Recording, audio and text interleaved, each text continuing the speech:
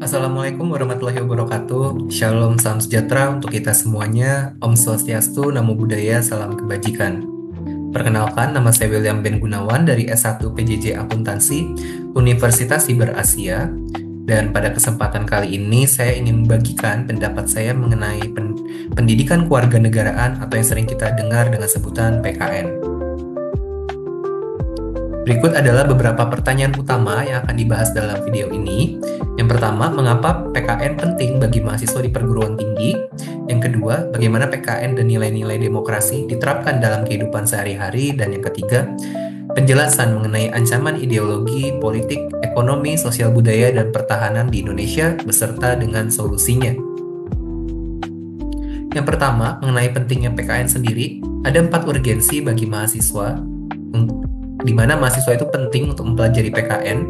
Yang pertama, itu untuk membangun kesadaran kritis, terutama terhadap resiko-resiko atau isu-isu yang terjadi dalam kehidupan kita sehari-hari.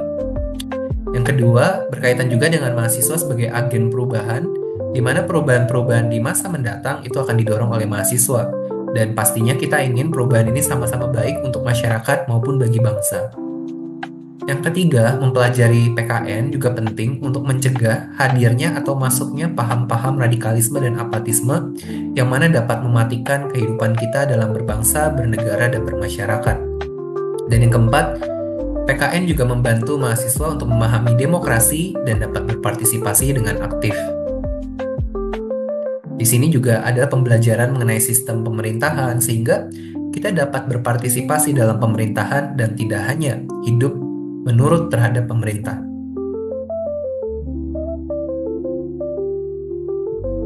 Lebih lanjut lagi, penerapan PKN dan demokrasi dalam kehidupan sehari-hari itu dapat dilakukan dalam berbagai aktivitas.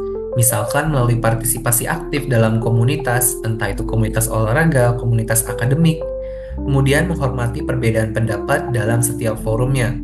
Di sini akan menjadi penting kita tidak hanya melihat soal isu minoritas maupun mayoritas, tetapi juga berpikir secara logis. Dan yang ketiga, mentaati hukum dan peraturan yang berlaku karena hukum dan peraturan itu bertujuan untuk membentuk kehidupan bersama yang lebih nyaman. Yang keempat, kita juga dapat kritis terhadap kebijakan publik, tentunya dengan kritis yang konstruktif, bukan yang destruktif. Yang kelima, mempromosikan nilai toleransi termasuk dalam toleransi antar suku, ras, agama, budaya, dan selain-lainnya.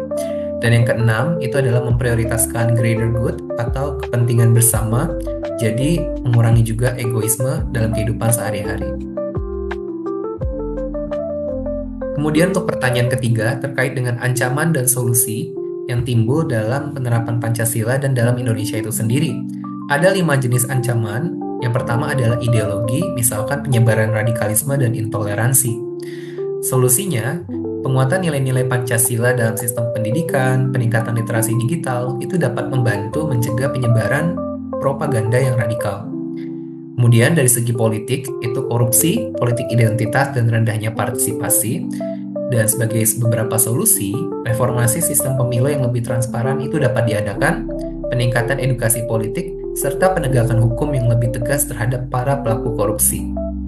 Dan yang ketiga, itu adalah ekonomi, misalkan ketimpangan, ketergantungan terhadap investasi asing, dan juga resesi global. Sebagai solusi, kita dapat mendorong ekonomi berbasis UMKM, tapi memastikan juga bahwa UMKM ini dapat naik ke level yang lebih tinggi, lalu mendukung kemandirian industri nasional serta kebijakan ekonomi yang berpihak pada kesejahteraan masyarakat.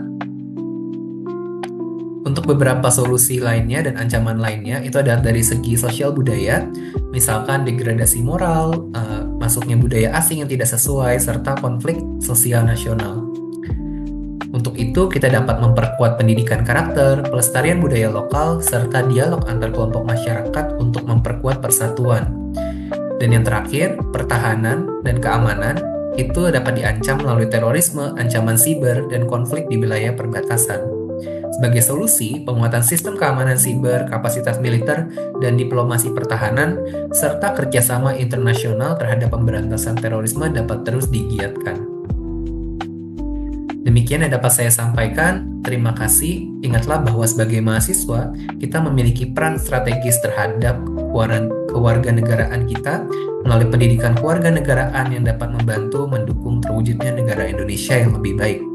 Terima kasih, sekian dari saya. Wassalamualaikum warahmatullahi wabarakatuh. Om Shanti Shanti Om. Shalom, salam sejahtera untuk kita semuanya.